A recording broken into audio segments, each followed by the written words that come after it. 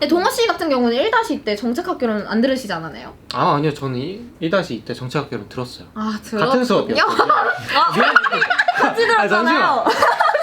잠깐만, 내가 빠질까? 아 지금 찍고 있나 봐.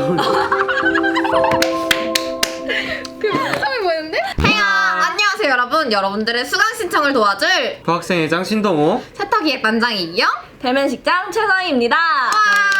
여러분, 코로나 때문에 세터가 취소되어서 많이 안타까웠죠? 세탁 취소로 인해서 수강 신청 정보를 얻지 못해서 아쉽다고요? 네, 아쉬워하는 그런 여러분들을 위해 저희가 여러분들에게 정보를 드리고자 이렇게 영상을 제작하게 되었습니다. 네, 저희 영상은요 총 1부와 2부로 구성이 되는데요. 수강 신청을 짜기 전에 가장 중요한 게 뭐죠 여러분? 아무래도 시간표 아닐까요? 그렇죠. 네. 여러분들의 시간표 짜는 것을 도와드리기 위해서 1부에는 시간표 짜는 법, 그 다음에 저희 학교의 교과 과정은 어떻게 되는지 이런 것들에 대해서 설명을 해드릴 거예요. 2부는요 여러분, 수강 신청의 실전 단계, 준비 단계에서 진행해야 될 얘기들을 동영상으로 남겨서 여러분들에게 정보를 제공해드리고자 합니다. 우선 전공 수업과 교양 수업 이런 식으로 대학교에는 수업이 굉장히 많은데요. 대학교 수업이 어떻게 구성이 되고 교과 과정은 어떻게 되는지에 대해서 먼저 설명을 해드리도록 하겠습니다. 먼저 전공 수업이 어떻게 진행되고 있는지 한번 간단하게 살펴보면은 네. 이 전공 기초하고 전공 선택하고 전공 필수 이렇게 세 가지로 나뉘어서 이렇게 수업이 있어요. 세 가지나 있네요. 네, 그렇게 크게 세 분류로 나뉘어서 진행이 되고 있어요. 그러면은 전공 기초는 뭐가 있나요? 전공 기초에는 이제 행정학 원론, 정치학 원론, 그 다음에 정책학 개론, 경제학 원론 이렇게 총 4개 과목 12학점이 있는 거고요. 근데 네. 좀 제가 알기로는 또 이제 뭐지? 정치학 원론 같은 경우는 전공 필수이긴 하지만 또 1학년 때는 다들 안 듣더라고요. 혹시 그런 다른 이유가 있을까요? 대부분 많은 학생들이 그 1학년 때는 행정학 원론과 경제학 원론, 정책학 개론 이렇게 세 가지를 1학기, 2학기에 분배를 해서 듣는 경우가 맞아요. 많아요. 네, 그렇게 해야지 부담 없이 학기를 잘 보낼 수 있어서 많은 사람들이 그렇게 선택하는 것 같아요. 그리고 또 얘기를 해드리자면 정책학 개론도 물론 1학년 때 많이 듣긴 하지만 상대적으로 딱 비율을 봤을 때 이제 행정학 원론은 1-1 때 거의 다 듣는 편이고요. 정책학 개론은 이제 1-2 때 듣는 편입니다. 근데 동아씨 같은 경우는 1-2 때 정책학 개론은 안 들으시지 않았나요? 아 아니요, 저는 1-2 때 정책학 개론 들었어요. 아, 같은 수업이었어요. 같이 들었잖아요. 항상 뒷자리에 앉았는데? 아, 제가 잠깐 착각을 했나 보네요. 아무튼 이렇게 1-2 때 정책학 개론을 거의 다 듣는 편이 나와. 그래서 정치학 원론은요 상대적으로 조금 학생들이 많이 안 듣기도 하고 1학년이 적은 수업이기 때문에 다들 2학년 때 들으시는 걸 추천합니다.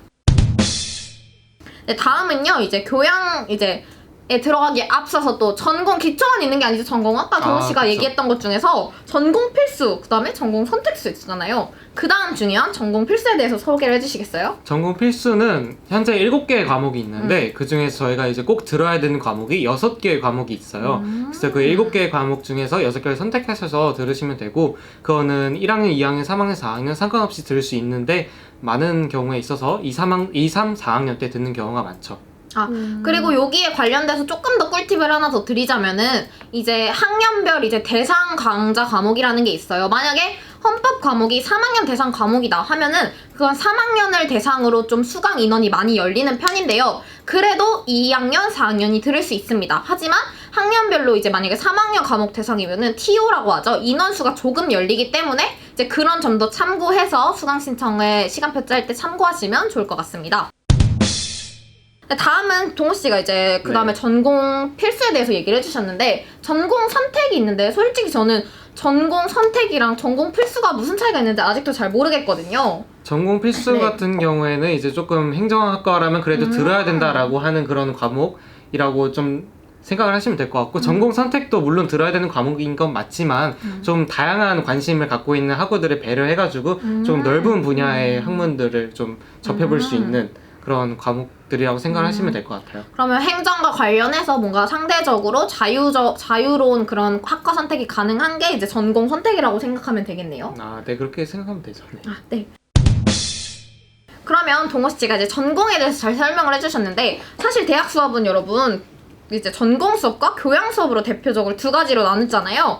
근데 저는 이제 교양 수업이 이제 대학에 딱 들어왔을 때 가장 설레고 뭔가 기대되는 그런 수업 중에 하나였는데 서희 씨가 알고 있는 교양 수업에는 이제 종류가 어떤 것들이 있나요? 제가 알기로는 교양에는 필수 교양, 배분 이수, 그리고 자유 이수 이렇게 세 개로 나뉘는데 일단 필수 교양은 뭐가 있었죠, 우리? 필수 교양은 어떤 게 있었죠? 인간의 가치 탐색? 그렇죠. 인간의 가치 탐색도 있고 세계화 시민. 그 다음에 뭐 성찰과 성찰과 표현, 그 다음에 빅뱅부터 문명까지도 있고 대학 영어 이런 식으로 해서 총 5가지가 있는데요. 이제 자세한 이제 항목은 저희가 준비해준 자료집에도 있고 이제 자막으로도 띄워드릴 예정이오니 이걸 참고해주시면 되고요. 저희가 교양 관련돼서 꼭 얘기해주고 싶은 거는 저희 학교는 후마니타스라는 이런 교양 과목을 뭔가 집중적으로 강의를 해주는 하나의 단과대학이 따로 있어요. 이제 저희게 경희대학교의 가장 큰 장점이라고 생각을 하는데요, 저는. 그래서 이런 후마니타스 사이트에도 교양 관련된 강좌 정보들이 있으니까 참고해보시면 좋을 것 같습니다. 그 다음 또 교양 수업에 아까 서희 씨가 배분이수 있다고 하셨는데 배분이수는 어떤 건가요, 동호 씨? 배분이수는 이제 우리가 쉽게 생각하는 교양 과목이라고 생각하면 되는데요. 아, 나는 문과인데 이과 쪽에도 관심이 있다라고 생각하시는 분들은 그 배분이수 쪽에서도 이과 쪽 관련된 그런 교양들이 많이 있으니까 들으셔도 되고, 그러니까 자기 전공과 관련 없이 관심 있는 부분 들으시면 될 것 같아요. 그런 것들이 배분이수에 많이 퍼져 있고요. 네, 또 제가 알기로는 배분이수는 총 7가지 영역으로 이루어져 있는데요. 이제 7가지 영역은 어떤 것들이 있냐면 이렇게 또 자막으로 띄워드릴게요. 이런 것들이 있습니다. 하지만 저희가 졸업을 하기 위해서 꼭 들어야 하는 그런 학점이라는 게 있어요. 대학에서는 졸업 요건이라고 하는데 이 배분 이수 영역을 이수해야 되는 조건은 7가지 영역 중에서 4가지 영역을 선택을 해서 총 12학점을 들여야지 여러분들이 졸업을 하실 수 있습니다. 그래서 7가지 영역 중에 본인에게 맞는 그런 교양 과목을 선택을 해서 들으신다면 좋을 것 같아요. 다음은 이제 자유이수 과목인데요. 자유이수 과목은 서희 씨가 한번 얘기해 주시겠어요? 네, 자유이수에는 체육 그리고 기타가 있죠.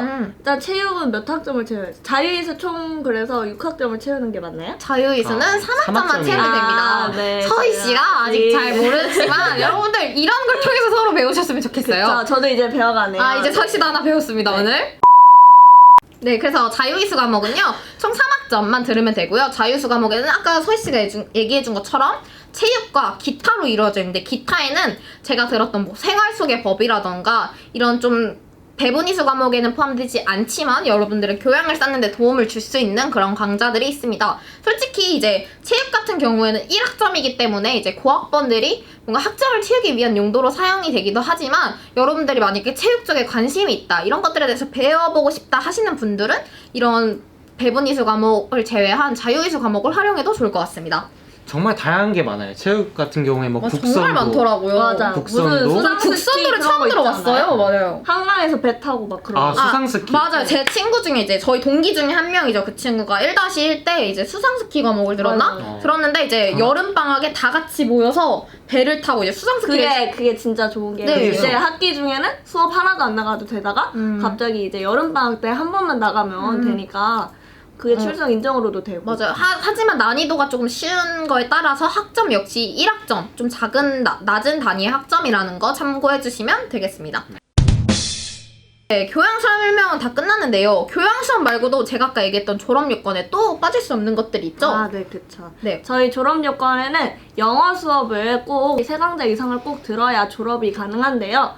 저희 행정학과 같은 경우에는 영어 수업이 인사나 재무 이렇게 대표적이게 2가지 있고, 그리고 또 SW 과목을 6학점 이상은 수강 신청을 해야 되는데, 그것도 저희 행정학과에는 행정통계라는 과목이 SW로 같이 연계돼서 이루어지고 있으니까 그렇게 참고하시면 될 것 같습니다. 제가 이게 자료집에도 나와 있긴 하지만 좀 더 어려운 거라서 좀 더 꿀팁을 더 드리자면은 이제 배분이수 과목 중에서 SW 중점 과목이라는 이런 과목들이 있어요. 그런 과목들을 들으면 배분이수 과목으로도 인정이 되고 그 다음에 SW 과목으로도 인정이 돼서 총 6학점이 인정이 되는 거랑 똑같은 효과가 발생해요. 그래서 꼭 이걸 알아보시고 배분과 SW 2가지를 모두 잡을 수 있는 그런 강의를 들으셨으면 좋겠습니다.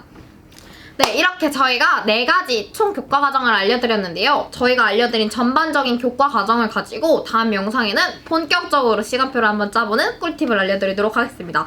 그럼 다음 영상에서 만나요. 안녕!